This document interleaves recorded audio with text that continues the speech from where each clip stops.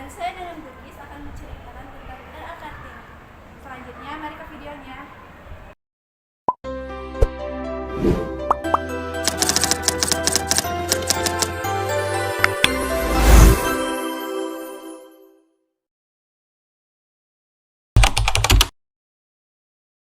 Profil dan biografi Fatmawati Soekarno. Beliau lahir pada hari Senin 5 Februari 1923 pukul 12 siang di kota Bengkulu. Nama aslinya adalah Fatimah. Ia merupakan putri tunggal dari keluarga Haji Hasanuddin dan Siti Khadijah. Masa kecil Fatmawati penuh tantangan dan kesulitan akibat sistem kolonialisme yang dijalankan oleh pemerintah Hindia Belanda.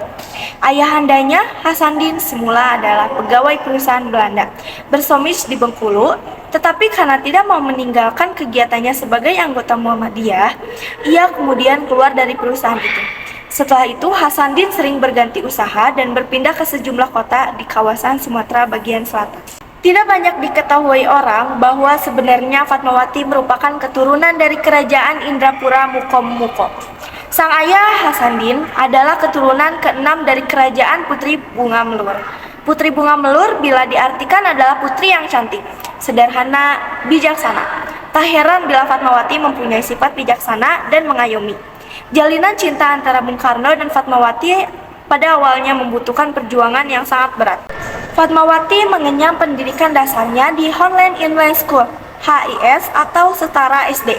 Fatmawati kemudian melanjutkan pendidikannya di sekolah yang dikelola oleh organisasi Katolik. Sejak kecil, Fatmawati menyukai kegiatan organisasi. Fatmawati bahkan aktif dalam organisasi Nahdlatul Asyiyah, sebuah organisasi perempuan di bawah Muhammadiyah. Pada tahun 1943, Bung Karno menikahi Fatmawati. Oleh karena Fatmawati masih berada di Bengkulu, sementara Bung Karno sibuk dengan kegiatannya di Jakarta sebagai pemimpin pusat tenaga rakyat. Pernikahan itu dilakukan dengan wakil salah seorang kerabat Bung Karno, Obseter Sarjono, pada 1 Juni 1943. Fatmawati dengan diantar orang tuanya berangkat ke Jakarta melalui jalan darat. Sejak itu, Fatmawati mendampingi Bung Karno dalam perjuangan mencapai kemerdekaan Indonesia.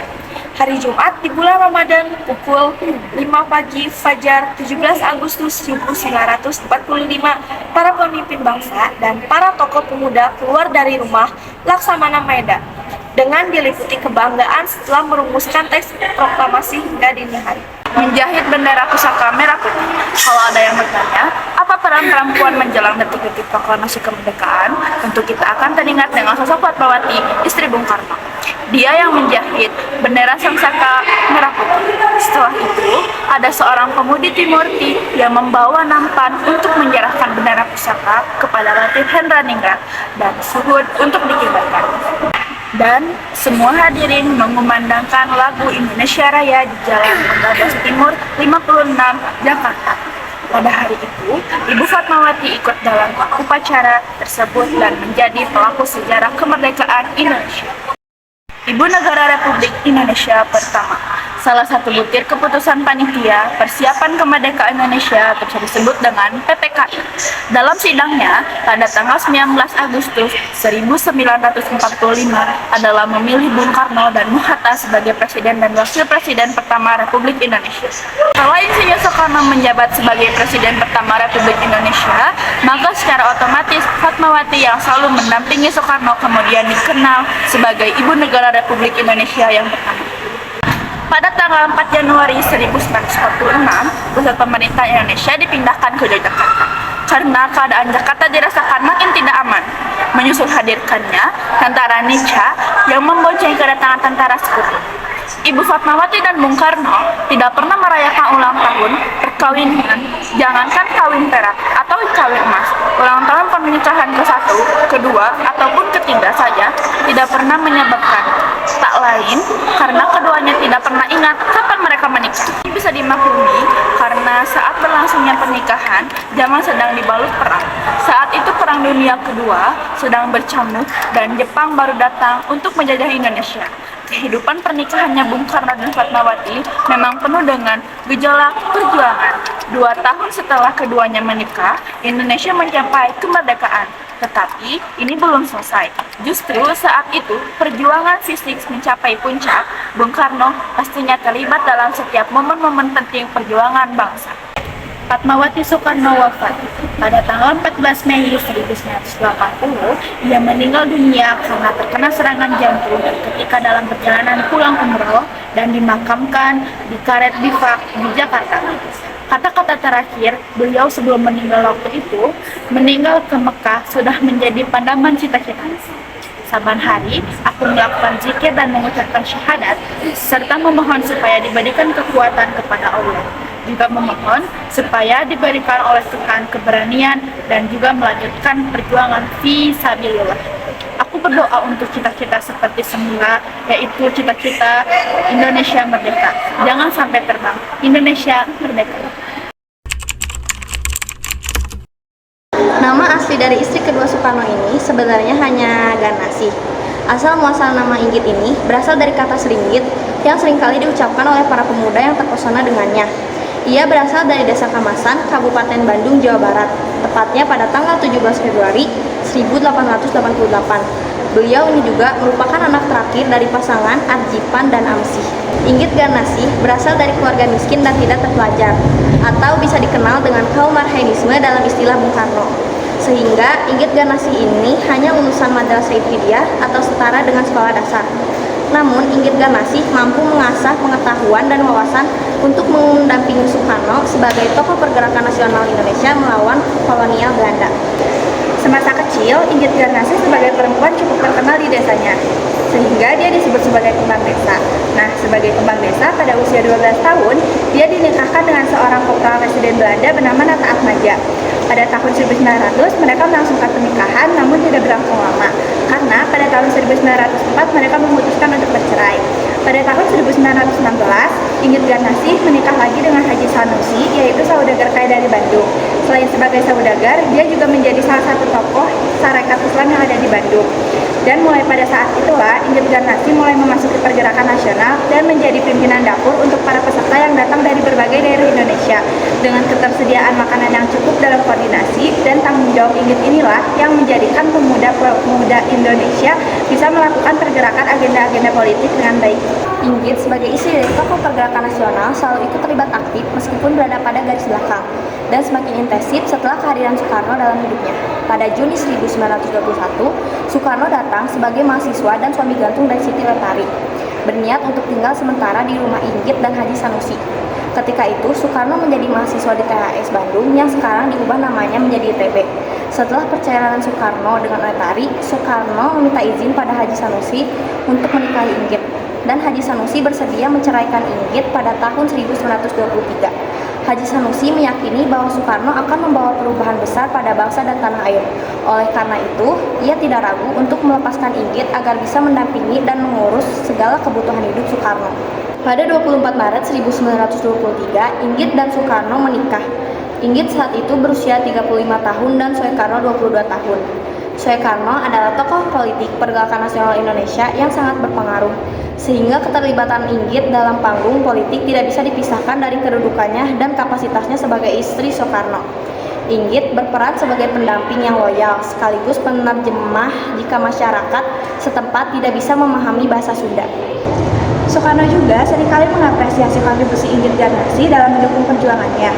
Misalnya pada Kongres Indonesia Raya tahun 1931 yang ada di Surabaya, dengan sangat yakin Soekarno ini menyatakan bahwa Inggit Ganasih adalah seorang Sultan di Indonesia. Bahkan Solihin Salim saja, peneliti yang sudah mengenal Bung Karno sejak lama, mengungkapkan juga bahwa Bung Karno ini sangat beruntung mempunyai teman seperjuangan yang sejati dan mempunyai seseorang yang terpadu yang ada dalam sekadi yang luhur budi, yaitu Inggit Ganasih.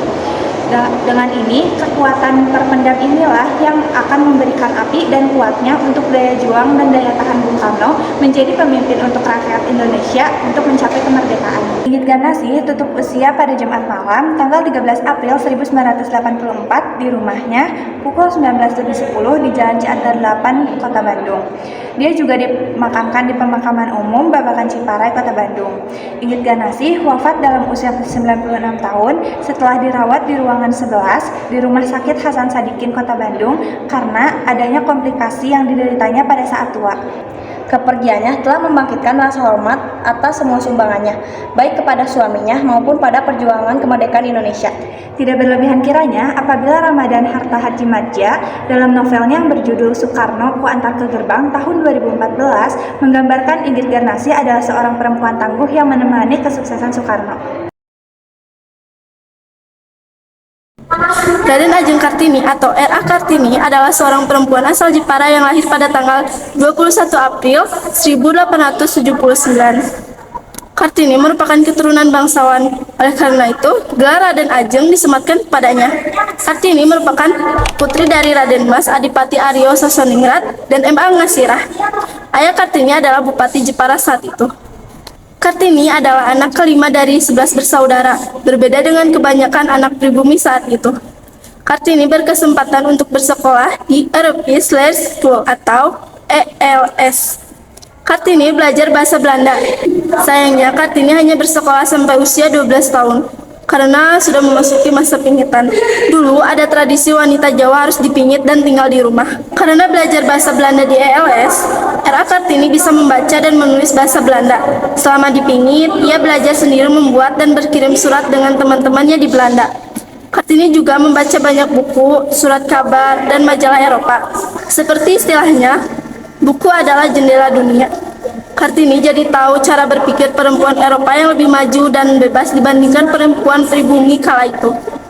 Dari banyaknya buku, surat kabar, dan majalah yang ia baca, membuatnya berpikir untuk memajukan perempuan pribumi. Karena di masa itu, perempuan pribumi ditinggal jauh dan memiliki status sosial yang rendah. Menurutnya, perempuan pribumi harus mendapatkan kesetaraan, persamaan, dan kebebasan. Karena sedang dipingit, tidak banyak yang bisa dilakukan Kartini, tapi surat-surat yang ditulisnya menjadi salah satu bentuk perjuangan. Kartini menuliskan penderitaan perempuan Jawa seperti harus dipingit, tidak bebas dalam menuntut ilmu, dan adanya adat yang mengekang kebebasan perempuan. Pada tahun 1903, Kartini menikah dengan KMM Adipati Aryo Singgi Jojo Adiningrat, yang merupakan Bupati Rembang saat itu. Karena sudah menikah, gelar Raden Ajeng yang dimiliki Kartini berubah menjadi Raden Ayu. Meskipun sudah menjadi seorang istri, Kartini tetap ingin melanjutkan cita-citanya memperjuangkan kesetaraan perempuan dan menjadi guru. Setahun setelah menikah, R.A. Kartini dikaruniai seorang anak laki-laki yang bernama Sosalit Adi Jojo Adiningrat yang lahir pada 13 September 1904. Sayangnya, 4 hari setelah melahirkan, Kartini mengembuskan napas terakhirnya. Ia meninggal di usia 25 tahun dan dimakamkan di Desa Bulu, Kabupaten Rembang. Berkat kegigihan Kartini, pada tahun 1912, berdirilah Sekolah Kartini oleh Yayasan Kartini. Awalnya, Sekolah Kartini hanya didirikan di Semarang, tapi kemudian berdiri juga di daerah lainnya. Setelah R.A. Kartini wafat, Mr. J.H. Abendanon, Menteri Kebudayaan, Agama, dan Kerajinan Hindia Belanda saat itu membukukan dan mengumpulkan surat-surat yang dikirimkan Kartini ke teman-temannya di Belanda. Buku tersebut diberi judul Dari Kegelapan Menuju Cahaya. Pada 2 Mei 1964, Soekarno mengeluarkan surat keputusan Presiden nomor 108 tahun 1964 yang berisi ketetapan bahwa Kartini adalah pahlawan Indonesia. Soekarno juga menetapkan pada tanggal 21 April sebagai Hari Kartini yang kita peringati setiap tahunnya sampai sekarang.